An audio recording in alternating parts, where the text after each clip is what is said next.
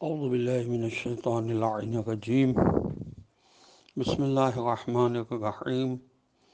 الحرمین publishers Karachi Pakistan کی شائع کردہ تفسیر پارہ ام آپ کی سماعت کے لیے ہدیہ ہے۔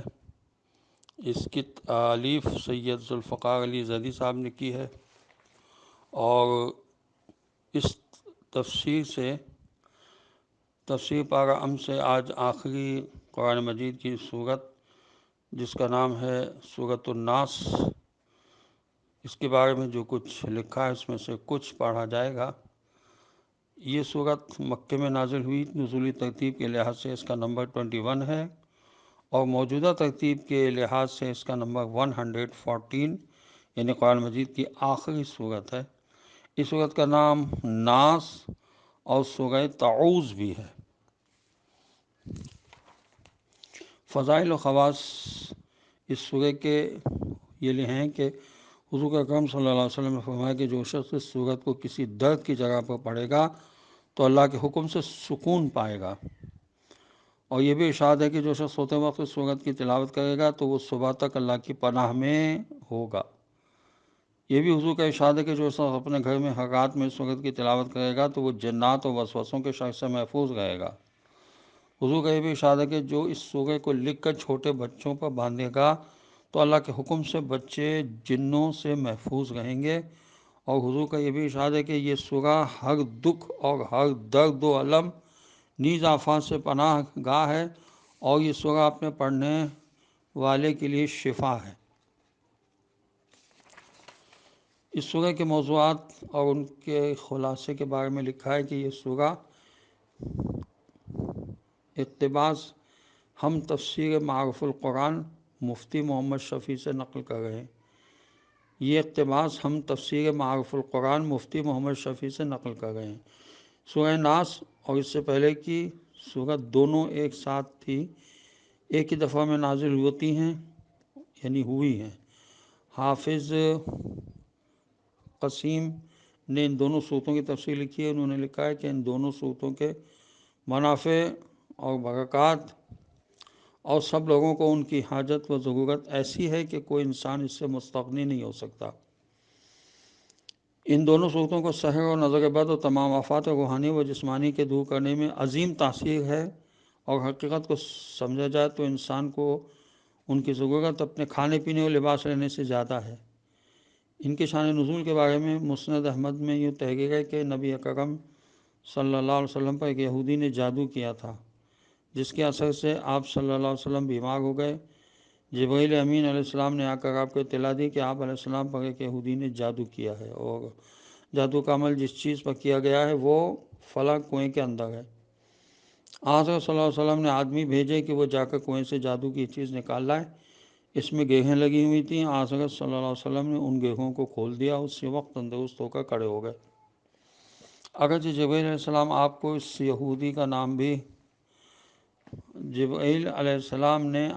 یہودی کا نام بھی بتلا دیا تھا، اور آپ اس کو جانتے تھے، مگر اپنے نفس کے معاملے میں کسی سے انتقام لینا آپ کی عادت نہیں تھی۔ عمر بھر اس یہودی سے آپ نے کچھ نہیں کہا، اور نہ کبھی اس کی موجودگی میں آپ علیہ السلام کے صلی اللہ علیہ وسلم کے چہرے مبارک سے کسی شکایت کے آثار پائے گئے۔ وہ منافق ہونے کی وجہ سے حاضر باش تھا۔ صحیح بخاری میں حضرت سے یہ روایت ہے کہ آپ صلی اللہ علیہ وسلم پر ایک یہودی نے جادو کیا۔ اس کا اثر آپ صلی اللہ علیہ وسلم پر یہ تھا کہ بعض اوقات آپ صلی اللہ علیہ وسلم محسوس کرتے تھے کہ فلاں کام کر لیا ہے، مگر وہ کیا نہیں ہوتا تھا۔ پھر آپ ایک روز عائشہ سے فرمانے لگے کہ مجھے اللہ تعالیٰ نے بتا دیا ہے کہ میری بیماری کیا ہے، اور فرمایا خواب میں دو آدمی آئے، ایک میرے سرہانے کی طرف بیٹھ گیا اور ایک میرے پاؤں کی طرف۔ سرہانے والے نے دوسرے سے پوچھا ان کو تکلیف کیا ہے؟ دوسرے نے کہا کہ یہ مسحور ہیں۔ اس نے پوچھا سحر ان پر کس نے کیا ہے؟ تو اس نے جواب دیا لبید بن عاصم نے، جو یہودیوں کا حلیف اور منافق ہے۔ اس نے پوچھا کس چیز پہ جادو کیا؟ تو اس نے بتلایا کہ ایک کنگھے اس کے دندانوں میں۔ پھر اس نے پوچھا وہ کہاں ہے؟ تو اس نے بتلا دیا کھجور کے اس غلاف میں جس میں کھجور کا پھل ہوتا ہے۔ نیز زغوان ایک کنویں کا نام ہے۔ میں ایک پتھر کے لیے اس سے کنویں میں ایک پتھر کے نیچے یہ مدفون ہے، آپ اس کنویں پر تشریف لے گئے اور اس کو نکال لیا، اور آپ نے فرمایا کہ مجھے خواب میں یہی کنواں دکھایا گیا تھا۔ حضرت عائشہ نے فرمایا کہ آپ نے اس کا اعلان کیوں نہ کر دیا کہ فلاں شخص نے یہ حرکت کی ہے؟ حضرت صلی اللہ علیہ وسلم نے فرمایا مجھے اللہ نے شفا دے دی اور مجھے یہ پسند نہیں ہے کہ میں کسی شخص کے لیے تکلیف کا سبب بنوں۔ مطلب یہ تھا کہ اگر میں اس کا اعلان کروں تو لوگ اسے قتل کر دیتے یا تکلیف پہنچاتے۔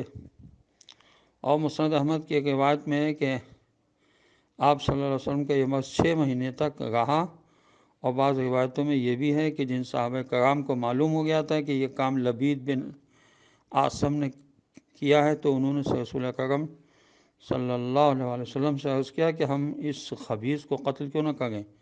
تو آپ نے جواب دیا جو صدیقہ عائشہ کو آپ نے وہی جواب دیا جو جو جناب عائشہ کو دیا تھا۔ امام سالفی کی روایت میں ہے کہ ایک لڑکا حضرت صلی اللہ علیہ وسلم کی خدمت کرتا تھا، اس یہودی منافق نے اس لڑکے کو بہلا پھسلا کر رسول اکرم صلی اللہ علیہ وسلم کا کنگھا اور کچھ اس سے دندانے حاصل کریے اور ایک تانت کے تار میں 11 گرہیں لگائیں، ہر گرہ میں ایک سوئی لگائی، کنگھے کے ساتھ اس کو کھجور کے پھل کے غلاف میں رکھ کر ایک کنویں میں پتھر کے نیچے دبا دیا۔ اللہ تعالیٰ نے یہ دونوں سورتیں نازل کی جن میں 11 آیتیں ہیں۔ آپ ہر گرہ پر ایک ایک آیت پڑھ کر ایک ایک کھولتے گئے یہاں تک کہ سب گرہیں کھل گئیں، اور آپ صلی اللہ علیہ وسلم سے اچانک ایک بوجھ سا اتر گیا۔ سحر کے اثر سے متاثر ہونا نبوت و رسالت کے منافی نہیں ہے۔ جو لوگ سحر کی حقیقت سے ناواقف ہیں ان کو تعجب ہوتا ہے کہ رسول اللہ صلی اللہ علیہ وسلم پر سحر کا اثر کیسے ہو سکتا ہے؟ تو عرض ہے کہ سحر کا اثر بھی اسباب طبیعہ کا اثر ہوتا ہے، جیسے آگ سے جلنا اور گرم ہونا، پانی سے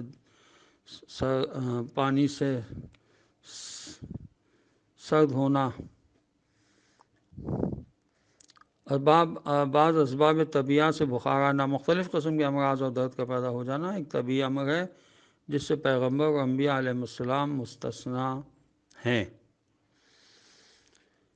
یہ معارف القرآن کی جلد 8 میں لکھا ہے۔ یہ سید قطب شہید اپنی شورۂ آفاق تفسیر فی ظلال القرآن میں یوں تحریر فرماتے ہیں، اور کچھ روایت وارد ہیں لیکن وہ غیر متواتر ہیں، کہ لبید بن عاصم یہودی نے مدینہ میں نبی صلی اللہ علیہ وسلم پر جادو کیا تھا، چند دن یا چند ماہ آپ پر اس کا اثر رہا۔ ایک روایت میں ہے کہ آپ صلی اللہ علیہ وسلم کے دل میں خیال آتا کہ میں نے بیویوں سے ملاقات کی مگر ایسا نہ ہوتا۔ دوسری روایت میں ہے کہ آپ صلی اللہ علیہ وسلم کے دل میں خیال آتا کہ آپ نے فلاں کام کیا مگر آپ نے ایسا نہ کیا ہوتا۔ اور یہ کہ یہ 2 صورتیں رسول اللہ صلی اللہ علیہ وسلم کے لیے بطور تعوذ ورقیہ یعنی دم چھاڑ پھونک نازل ہوئی۔ جب اس جادو کو لایا گیا جیسا کہ آپ کو خواب میں بتایا گیا تھا اور آپ نے وہ 2 صورتیں پڑھیں تو گرہیں کھل گئیں اور وہ بھگائی جاتی گئی۔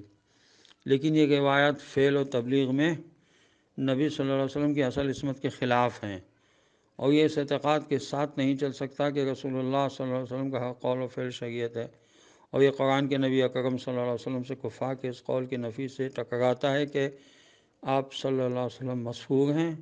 ان تتبعون الا رجلا مسحورا، تم تو ایک سحر زدہ شخص کی پیروی کرتے ہو۔ قرآن نے تو مشرکوں کے اس بہتان، یہ سورہ فرقان کی آیت 8 اور 9 ہے، قرآن نے تو مشرکوں کے اس بہتان کی تکذیب کی ہے۔ یہی سبب ہے کہ ہم ان روایات کو بعید جانتے ہیں اور عقیدے کے معاملے میں احادیث کو نہیں لیا جاتا، اور رجوع قرآن سے ہی کیا جاتا ہے۔ اصول عقیدہ کے ثبوت کے لیے احادیث کا متواتر ہونا شرط ہے۔ علاوہ ازیں دونوں صورتوں کا مکہ میں نازل ہونا راجح ہے، اور اس سے دوسری روایات بے اثر ہو جاتی ہیں۔ یہ تفسیر ظلال القرآن جلد 10 صفحہ 694 پر لکھا ہے۔ اسی طرح مکتب اہل بیت علیہ السلام کے مفسرین نے بھی حضور صلی اللہ علیہ وسلم پر کیے جانے والے جادو کی نفی کی ہے اور ایسی روایت کو ناقابل اعتبار سمجھا ہے۔ تفسیر نمونہ میں یہ تحقیق ہے کہ سورہ کے شان نزول کے بارے میں اکثر کتب تفاسیر میں کچھ روایات نقل ہوئی ہیں جن کے مطابق بعض یہودیوں نے پیغمبر اکرم صلی اللہ علیہ وسلم پر جادو کیا تھا، جس سے آپ صلی اللہ علیہ وسلم بیمار ہو گئے تھے۔ جبریل امین نازل ہوئے اور جس کنویں میں جادو کے آلات چھپائے ہوئے تھے اس جگہ کی نشاندہی کی، اسے باہر نکالا گیا، پھر اس سورت کی تلاوت کی گئی، پیغمبر اکرم صلی اللہ علیہ وسلم کی حالت بہتر ہو گئی۔ لیکن مرحوم تبریسی اور بعض دوسرے محققین اس قسم کی روایات کو، جن کی سند صرف ابن عباس اور حضرت عائشہ تک منتہی ہوتی ہے، قابل اعتراض سمجھا ہے اور درست قرار نہیں دیا ہے، کیونکہ یہ سورہ مشہور قول کے مطابق مکی ہے اور اس کا لب و لہجہ بھی مکی صورتوں والا ہے، جبکہ پیغمبر صلی اللہ علیہ وسلم کا واسطہ یہودیوں سے مدینے میں پڑا تھا، اور خود یہی بات اس قسم کی روایت کی عدم اصالت کی ایک دلیل ہے۔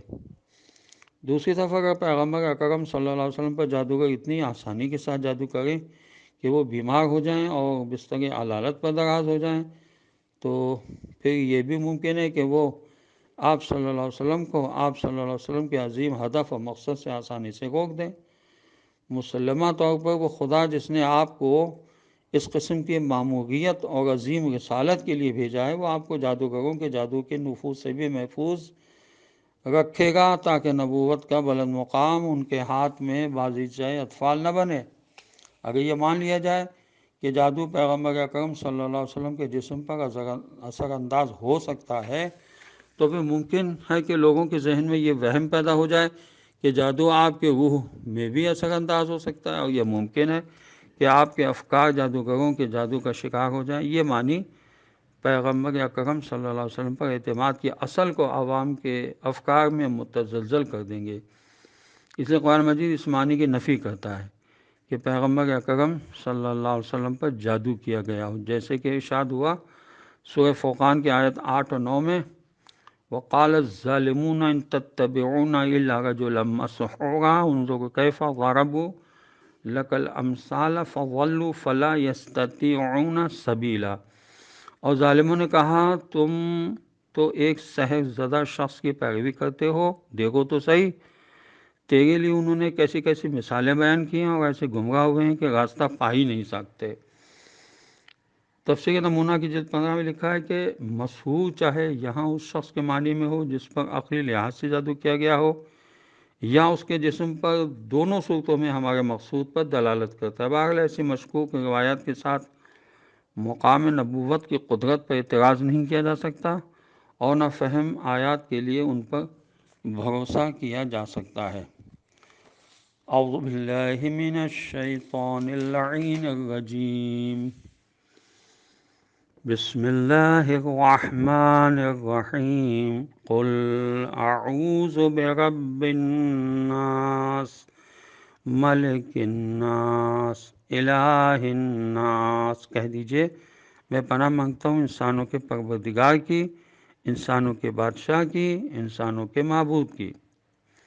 سورہ مبارکہ الناس میں اس ہستی سے ہر وقت پناہ طلب کرنے کا حکم ہے جو لوگوں کا پالنے والا، تربیت کرنے والا، اصلاح کرنے والا ہے۔ پالنے والے کی ایک اور صفت بھی بیان ہوئی ہے، ملک الناس، وہ لوگوں کا بادشاہ، حاکم و مالک بھی ہے، اس کے ساتھ اس پروردگار اور مالک اور حاکم کے معبود ہونے کو بیان کیا گیا۔ یعنی آپ اس ذات سے پناہ طلب کریں جو تربیت کرنے والا، اصلاح کرنے والا ہونے کے ساتھ تمہارا مالک اور حاکم بھی ہے۔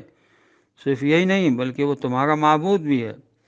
ان تینوں صفات کو جمع کرنے کی حکمت یہ ہے کہ ان میں سے ہر صفت حفاظت کی داعی ہے، کیونکہ ہر پالنے والا مالک اپنے مملوک کی حفاظت کرتا ہے، اسی طرح ہر بادشاہ اپنی رعایا کی حفاظت کرتا ہے، اور معبود اپنے بندوں کی حفاظت کرتا ہے، اور یہ تینوں صفات کا حامل نہیں، اس لیے اس کی پناہ حاصل کرنا سب سے بڑی پناہ ہے جس کا انسان محتاج ہے، کیونکہ کسی بھی لمحے اس کے بھٹکنے کا امکان ہے۔ خداوند عالم جب اپنے پیغمبر کو پناہ طلب کرنے کا حکم دیتا ہے کہ وسوسے ڈالنے والوں سے خدا کی پناہ طلب کریں، تو واضح ہے کہ عام انسان اس کی زیادہ محتاج ہے کہ وہ پروردگار، مالک اور معبود سے پناہ طلب کرتے رہیں، کیونکہ انہیں حق سے انحراف کا زیادہ امکان ہے۔ خداوند عالم اپنے حبیب کو پناہ طلب کرنے کا حکم کر رہا ہے۔ ابن کثیر میں ہے کہ اللہ تعالیٰ نے اس صورت میں انسان کو اس کی تلقین کی ہے کہ اللہ تعالیٰ کی یہ 3 صفتیں، رب، پالنے والا، مالک، بادشاہ اور مالک اور الہ، معبود کا ذکر کر کے اس سے شیطانی وسوسوں سے پناہ مانگنی چاہیے، کیونکہ ہر انسان کے ساتھ ایک قرین یعنی ساتھی شیطان لگا ہوا ہے، جو ہر قدم پر اس کوشش میں لگا ہوا ہوتا ہے کہ انسان کو تباہ و برباد کر دے۔ اول تو اسے گناہ کی رغبت دیتا ہے اور طرح طرح سے اسے بہلا کر گناہوں کی طرف لے جاتا ہے۔ اگر اس میں کامیاب نہیں ہوتا تو انسان جو عبادات و اطاعت بجا لاتا ہے تو اسے خراب کرنے کے لیے ریاکاری اور غرور و تکبر جیسے وسوسوں میں مبتلا کر دیتا ہے۔ اہل علم کے دلوں میں عقائد حقہ کے متعلق شبہ پیدا کر کے منحرف کرتا ہے۔ شیطان کے شر سے وہی بچے گا جسے وہ معبود حقیقی، بادشاہ اور مالک بچائے۔ من شر الوسواس الخناس الذی یوسوس فی صدور الناس من الجنۃ والناس۔ پس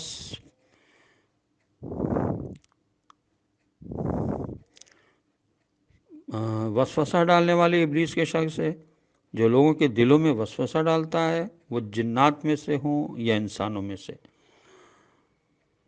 اللہ تعالیٰ کی 3 صفات، رب، ملک، معبود کو بیان کر کے جس برائی سے پناہ مانگنے کا حکم دیا ہے وہ خناس کے وسوسے پیدا کرنے کی برائی ہے۔ وسوسے کے معنی شیطان کا اپنی اطاعت کی طرف ایک مخفی کلام کے ذریعے بلانا ہے، جس کا مفہوم انسان سمجھ لے اور کوئی آواز سنائی نہ دے، بحوالہ قرطبی۔ یہاں وسوسہ جس سے ڈرایا گیا ہے وہ خیال ہے جس میں انسان خود اپنے ارادے و اختیار سے مشغول ہو۔ اگر غیر اختیاری وسوسہ اور خیال پیدا ہو جائے اور گزر جائے تو وہ ضرر رساں نہیں ہے اور اس پر کوئی گناہ بھی نہیں ہے۔ خناس، خنثی کے معنی ہیں پیچھے ہٹنے اور سکڑ جانے کے۔ اس بنا پر شیطان کو خناس کہا جاتا ہے کہ وہ ذکر الہی سے پیچھے ہٹ جاتا ہے۔ شیطان مخفی رہ کر، مخفی طور پر انسان کے دلوں میں وسوسہ پیدا کرتا ہے۔ راغب کے مطابق وسواس ایسی آواز ہے جو آلات زینت کے آپس میں ٹکرانے سے پیدا ہوتی ہے۔ اس کے بعد ہر آہستہ آواز کے لیے یہ لفظ استعمال کیا جانے لگا اور اس کے بعد ایسے برے اور نامطلوب افکار و خیالات کے لیے استعمال ہوا جو انسان کے دل و دماغ میں پیدا ہوتے ہیں اور ایسی آہستہ آہستہ آواز کے مشابہ جو کان میں کہی جاتی ہے اس پر اطلاق ہوتا ہے۔ ہم یہاں ایک حدیث تفسیر نمونہ سے تحقیق کرتے ہیں۔ حضرت امام جعفر صادق علیہ السلام سے روایت ہے کہ جو لوگ جب کبھی کوئی برا کام انجام دیتے ہیں یا خود اپنے اوپر ظلم کرتے ہیں تو خدا کو یاد کرتے ہیں اور اپنے گناہوں کی طلب مغفرت کرتے ہیں۔ یہ سورہ آل عمران کی آیت نمبر ہے 135۔ والذین اذا فعلوا فاحشۃ او ظلموا انفسهم ذکروا اللہ فاستغفروا لذنوبہم۔ تو جب یہ نازل ہوئی تو ابلیس مکے کی ایک پہاڑی پر چڑھا اور اونچی آواز سے اپنے لشکر کے سرداروں کو بلایا۔ انہوں نے کہا آقا کیا مچ گیا ہے، آپ نے ہمیں کیوں بلایا؟ اس نے جواب دیا یہ آیت نازل ہوئی ہے جس نے میری کمر میں لرزہ پیدا کر دیا ہے اور یہ آیت نجات بشر کے لیے کافی ہے۔ تو میں سے کون ہے جو اس کا مقابلہ کرے؟ شیطانی لشکر کے بڑے سرداروں میں سے ایک نے کہا میں ایسا کر سکتا ہوں اور میرا منصوبہ یہ ہے۔ اپنا منصوبہ بیان کیا۔ ابلیس نے اس منصوبے کو ناپسند کیا۔ دوسرا سردار کھڑا ہوا اور اپنا منصوبہ پیش کیا لیکن ابلیس نے اسے بھی قبول نہیں کیا۔ اس موقع پہ خناس کھڑا ہوا اور کہا کہ میں یہ کام انجام دوں گا۔ ابلیس نے کہا وہ کیسے؟ اس نے کہا کہ میں انہیں وعدوں اور آرزوؤں میں سرگرم کر دوں گا یہاں تک کہ وہ گناہوں سے آلودہ ہو جائیں گے اور جب وہ گناہ کر لیں گے تو میں انہیں توبہ کرنا بھلا دوں گا۔ ابلیس نے کہا تو اس کام سے عہدہ برا ہو سکتا ہے، تیرا منصوبہ بہت ماہرانہ اور عالی ہے، اور یہ کام قیامت تک اس کے سپرد کر دیا۔ تفسیر معارف القرآن میں خناس کے متعلق لکھا ہے کہ خناس خنسا سے مشتق ہے جس کے معنی پیچھے لوٹنے کے۔ شیطان کو خناس اس لیے کہا گیا ہے کہ اس کی عادت یہ ہے کہ جب انسان اللہ کا نام لیتا ہے تو پیچھے بھاگ جاتا ہے، پھر ذرا سی غفلت ہوگی تو پھر آ جاتا ہے۔ پھر اگر انسان اللہ کا نام لیتا ہے تو پھر پیچھے لوٹ جاتا ہے. یہی عمل مسلسل جاری رہتا ہے. حضور اکرم صلی اللہ علیہ وسلم نے فرمایا کہ ہر انسان کے قلب میں دو گھر ہیں، ایک میں فرشتہ رہتا ہے اور دوسرے میں شیطان رہتا ہے.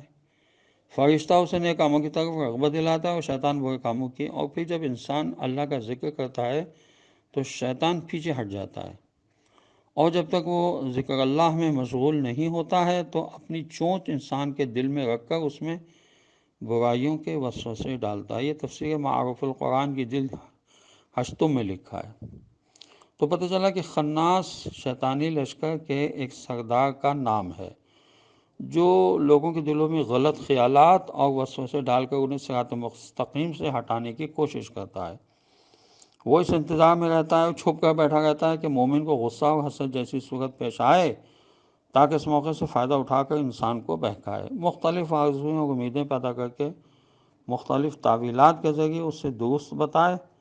اس طرح خناس انسان کے ذہن و فکر میں بری باتیں ڈال دیتا ہے اور انہیں درست بھی قرار دینے کے لیے توجیحات پیش کرتا ہے. مگر جو مومن ہیں انہیں جب ایسا مرحلہ پیش آتا ہے تو وہ ہوشیار ہو جاتے ہیں اور خطرے کو بھانپ کر خدا کا ذکر کرتے ہیں تو خدا ان کی مدد کرتا ہے، وہ محفوظ رہتے ہیں. لیکن وہ لوگ جو خدا کی یاد سے غفلت برتتے ہیں تو شیطان ان پر مسلط ہو جاتا ہے اور اس کا ساتھی بن جاتا ہے اور ہمیشہ اسے وسوسوں میں مبتلا کرتا رہتا ہے. من الجنۃ والناس.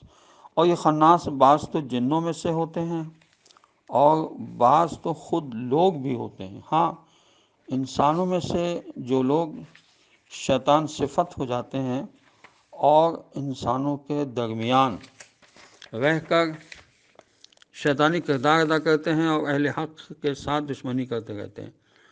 قرآن کریم میں ارشاد ہے، سورہ انعام کی آیت 112، وَكَذَلِكَ جَعَلْنَا لِكُلِّ نَبِيٍّ عَدُوًّا شَيَاطِينَ الْإِنسِ وَالْجِنِّ يُوحِي بَعْضُهُمْ إِلَىٰ بَعْضٍ زُخْرُفَ الْقَوْلِ غُرُورًا. اسی طرح ہم نے ہر نبی کے لیے جن و انس کے شیطانوں کو دشمن قرار دیا ہے. وہ لوگ ایک دوسرے کو فریب دینے کے لیے چکنی چپڑی باتوں کی سرگوشی کرتے ہیں. قرآن کریم سے ثابت ہوتا ہے کہ وسوسے اور شکوک و شبہات پیدا کر کے لوگوں کے ایمان کو متزلزل کرنے والے صرف جنات کے شیاطین ہی نہیں بلکہ بعض شیطان صفت لوگ بھی یہ کردار ادا کرتے ہیں. مگر مومن کو اس بات پر یقین ہے کہ ان کید الشیطان کان ضعیفا، شیطان کا مکر کمزور ہوتا ہے. خداوند عالم کی بارگاہ میں دست بدعا ہوں کہ پروردگار ہمیں قرآن پڑھنے سمجھنے اس پر عمل کرنے کی توفیق نصیب کرے، عطا کرے، اور وارث قرآن حضرت امام زمانہ عجل اللہ تعالیٰ فرج و شریف کا ظہور جلد ہو، اور اللہ تعالیٰ ہمیں توفیق عطا فرمائے کہ ہم ان کے آوان و انصار میں شامل ہو سکیں.